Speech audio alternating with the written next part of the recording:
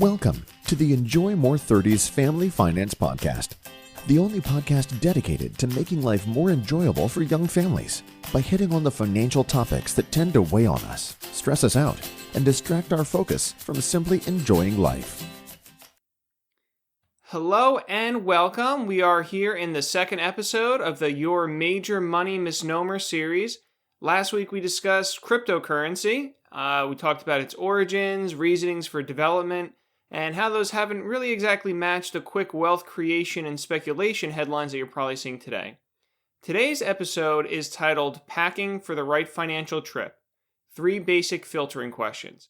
And what we're really going to get into today is whether it be, Aunt Betty or Grandma Jane or someone we don't even know on Twitter, we come across a lot of random tidbits of advice, right?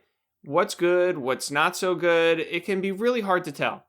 So today we're going to cover what you need to know about how to interpret that financial advice or recommendations you're invariably going to come across, and what you can do in the form of 3 basic filtering questions to make sure they're relevant to you and what you should actually be working into your own plan. Now, a passion of mine that has really come up over the years since I've owned a home is landscaping and gardening. And I don't really know when it kicked in exactly, as I distinctly remember very much not liking it as a kid. Picking out weeds from the patio cracks, though, probably as a kid was not exactly gardening. So I guess I have a little bit of a pass on that. But since owning my home, and you guys out there may have experienced this as well, it really feels great to make the outside of your house look nicer. And in that process, you kind of come across plants that you like, others that you may not like so much. And one of my favorites that has kind of developed are hydrangeas.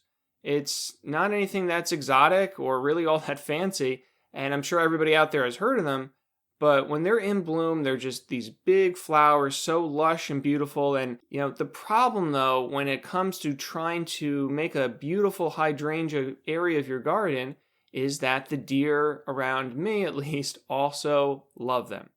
Now, they don't love them in the way that I love them. They love them in the way of eating them, devouring all of the hydrangeas, a great pastime of all deer out there.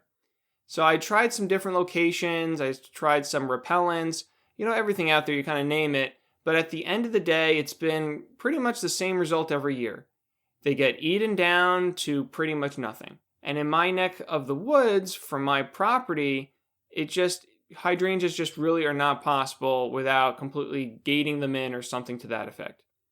So what you need to know is that it can be very similar when it comes to financial advice or recommendations that you may be coming across out there. A lot of it could sound like it's a good idea, but it needs to fit into what you are actually trying to do. So my opinion on most financial products out there is that by and large, there's not necessarily good products or bad products, just that products that are a good fit for one situation or maybe not such a great fit for another situation.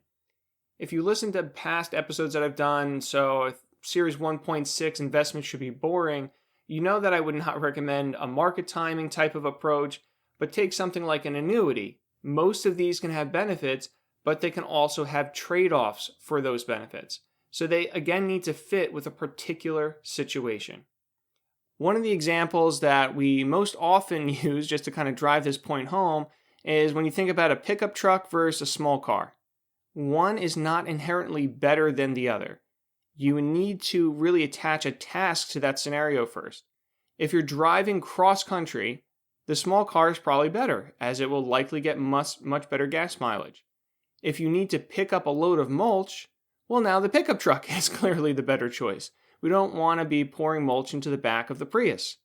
So if someone says you should be using multiple banks, or that you should max out your 401k, or that you should have a certain type of an annuity, or that you should have a certain type of life insurance, you really need to consider if that car or pickup truck is a fit for your specific task or situation. So what you can do in sorting this out is asking 3 basic questions. What are my goals I'm trying to accomplish? Am I able to implement it even if I wanted to? And who is providing the information? As always for me, it starts with your goals, right? I'm always a high level. What is your mindset? What are you trying to accomplish? Let's make sure we're clear on that before we decide on anything that we may want to be using. What would actually make my life more enjoyable, kind of a thought process. Is retiring earlier priority? If not, then maybe maxing out your 401k isn't the best approach. Sure, you want to put enough away to get to, where you're going to, but if enjoying the present is more of a priority, maxing out your 401k may not actually be fitting with your goals. So again, this to me is always the first and most important filter. We just too often see people doing what they are quote unquote, supposed to do, not what would actually bring them closer to making life more enjoyable to them. So always remember that is the high arcing goal that we're trying to accomplish. The next question is implementation. Can you even implement this if you were wanting to? So a Roth IRA is great for sure in how it grows tax-free, but you may be over the income limits. A term life insurance outside of work may be great to help in better controlling your own protection, but perhaps you have a health issue and so group life insurance through work is the better or maybe only option. Or in a different slant, something like calculating excess income every month and investing it may sound great, but actually taking the time every month to add it all up and make that contribution could prove too much of a hassle to really maintain long term. So make sure it's something that you can do and do so sustainably without too much effort. Lastly is in who is providing the information, as that can often give you some insight. If it's great Uncle Al, well, he's probably not in your age or situation. So an annuity that is a fit for him could likely not be a fit for you. Aunt Marge may use 3 banks, but maybe that's because she's over the FDIC insurance limits for each institution, and so for you, it's more of really just a hassle without adding any additional protection. If this is information you're getting from a bank or an article you find online, that company is likely providing you with that information for a reason. So make sure it's coming from a source you trust more than anything. Generally speaking, nightly news, the entertainment is not where you should be getting your financial information from. So a quick recap of today is that there is a ton in the way of financial advice and recommendations out there. It will not all fit your situation and the goals you've laid out.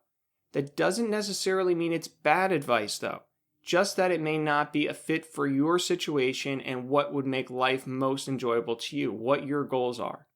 Think of that small car versus the pickup truck example. What you need the vehicle for determines what's the best fit. Finally, use the 3 basic filtering questions I provided to help and determine what may be most applicable to you.